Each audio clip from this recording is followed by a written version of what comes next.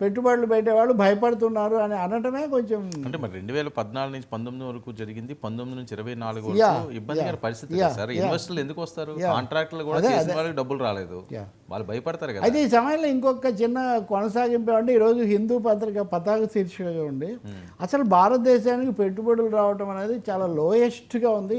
Latest కానీ latest figures చూస్తే చాలా తగ్గుముఖం పడుతున్నాయని కూడా ఒక ఆందోళనకరమైన పరిస్థితి. అంటే ఒక ఆంధ్రప్రదేశ్ కాదు, ఓకే, అసలు దేశవ్యాప్తంగా ఏ రాష్ట్రంలో అయినా.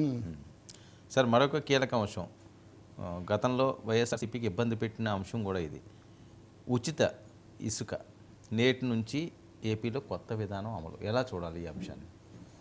అది మంచిదండి, ప్రజలకు చేసిన వాగ్దానం నెరవేరాలి. రెండవది ఇసుక అనేది సరఫరా లేకపోవడం వల్ల నిజంగా నిర్మాణ పరిశ్రమ కొంచెం కుదేలైపోయి ఓటమికి అనేక కారణాల్లో అది కూడా ఒక కారణం. అది దాన్ని సక్రమంగా మళ్ళీ ప్రజలకు ఉచితంగా ఇవ్వాలని ఒక విధానం కూడా ప్రకటించారు. దాని ప్రకారం వాళ్ళ దగ్గర ఖర్చులు, రవాణా ఖర్చులు, సీనరేజ్ ఖర్చులు మాత్రమే తీసుకొని ఇస్తున్నారు. మామూలు నదీ తీరాల్లో కనుక ఇసుక తీసుకుంటే సీనరేజ్ ఒక 84 రూపాయలు, ఇతర ఖర్చులు 10 రూపాయలు, దాదాపు ఒక 100 రూపాయలు ఛార్జీ. అదే కొన్ని బోట్ అసోసియేషన్స్ అని పెట్టి వాటికి అప్పగించినవి కొన్ని ఉన్నాయి. అలాంటి వాటి నుంచి కనుక తీసుకుంటే మటుకు అక్కడ 240 రూపాయలు. ఈ ఛార్జీలతో ఇసుక సప్లై చేయడానికి ప్రభుత్వం ఒక విధానాన్ని ప్రకటించింది. ఇదా ఇది టన్నుకు సీనరేజ్ కింద టన్నుకు 88 చొప్పున, నిర్వహణ ఖర్చుల కింద టన్నుకు 20 రూపాయలు వసూలు చేస్తారు. అదే ఉభయ గోదావరి జిల్లాలో బోట్మెన్ సొసైటీలనే ఉన్నాయి. వాటికి ఇస్తే వాళ్ళ కాంట్రాక్ట్ ఇచ్చి ఉంటే మటుకు అప్పుడు 225 రూపాయలు తీసుకుంటారు టన్నుకు. అలాగే దూర కేంద్రాలకు కనుక ఇసుక తరలించాల్సి వస్తే రవాణా ఛార్జీ ఖర్చుల కింద టన్నుకు కిలోమీటర్కు దాదాపు 5 రూపాయలు, 4.90 పైసలు లెక్క కడతారు. 18% జిఎస్టీ. సో దీని అంతటితో ఒక్కొక్క ఆయా కేంద్రాల్లో టన్ను ఇసుక ధర అన్నది కలెక్టర్లు దీన్ని బట్టి వాళ్ళు నిర్ధారిస్తారు. ఒక వ్యక్తికి రోజుకి 20 టన్నులు ఇసుక ఇవ్వాలనేది ఇక్కడ ఉన్నటువంటిది. సో ఇంకొకటి ఏంటంటే స్థూలంగా దీన్ని లెక్కేస్తే ఎట్లా ఉంటుందంటే ఒక లారీలో 3 టన్నులు అనుకుంటే రాజమండ్రి ఆ చుట్టుపక్కల గతంలో 6,500 వసూలు చేసేవాళ్ళట గత ప్రభుత్వం టన్నుకి.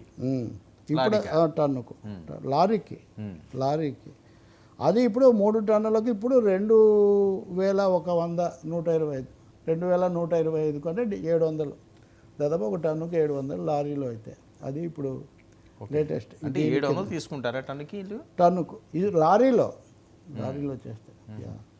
అది అయితే ఆంధ్రప్రదేశ్కు ఇప్పుడు ఈ ఏడాది 3.20 కోట్ల టన్నులు కావాలి. ఈ సెప్టెంబర్ వరకు 88 లక్షల టన్నులు కావాలి. అక్కడ 45 లక్షల టన్నులు అందుబాటులో ఉంది. సో ఇసుక అనేది ఒక సమస్యగా ఉంది. దానికి ఉచితంగా ఇవ్వడం వల్ల మాఫియా, ఇసుక mafia, mining mafia, drug mafia, ఈ 3 చాలా ప్రధానమైన అంశాలు, ప్రధానమైన బెడదలు అనుకున్నారు కదా. కాబట్టి ఇసుకకి ఇది వస్తుంది. దీని మీద పవన్ కళ్యాణ్ కూడా మెయిన్ ఫోకస్ పెట్టేవాళ్ళు. ఆయన విశాఖ యాత్ర వీటన్నిటికంటే ముందు మొదటి సభ పెట్టింది కూడా ఇసుక మీదే. కాబట్టి ఇది కూడా ఒక ముఖ్యమైన ప్రతి ఒక్కరికి అది కావాలి. పైగా కన్స్ట్రక్షన్ ఇండస్ట్రీ పనులు, మేస్త్రీలు వాళ్ళ దగ్గర ఉన్న ముఠాలు పనులు లేవు విపరీతంగా ఉంటాయి. కాబట్టి అది జరుగుతుంది ఇప్పుడు. అయితే ఇప్పుడు మామూలు ప్రజలకు కూడా అందుబాటులో ఉండేట్టు కూడా చూసుకోవాల్సిన అవసరం ఉంది. అయితే స్పీకర్ అయ్యన్న పాత్రుడు ఒక కామెంట్ చేశారు, ఇప్పుడు అంతా చాలా తవ్వుకుపోయారు, చాలా మాఫియా, దాన్ని ఎస్టాబ్లిష్ చేయకుండా మీరు కొత్త ఉన్నట్టు పనిచేయడం మొదలు పెడితే ఎట్లా కుదురుతుంది, గతంలో జరిగింది ఏదో దాన్ని కూడా మీరు ఎస్టాబ్లిష్ చేయాలి అని కూడా ఆయన ఒక సీనియర్ కదా ఒక అధికారులకు చెప్తున్నారు. సార్ మరొక కీలకమైన అంశం, ఉప ముఖ్యమంత్రి గారు తన క్యాడర్కి వార్నింగ్, ఎవ్వరో హద్దు దాటి కానీ మాట్లాడితే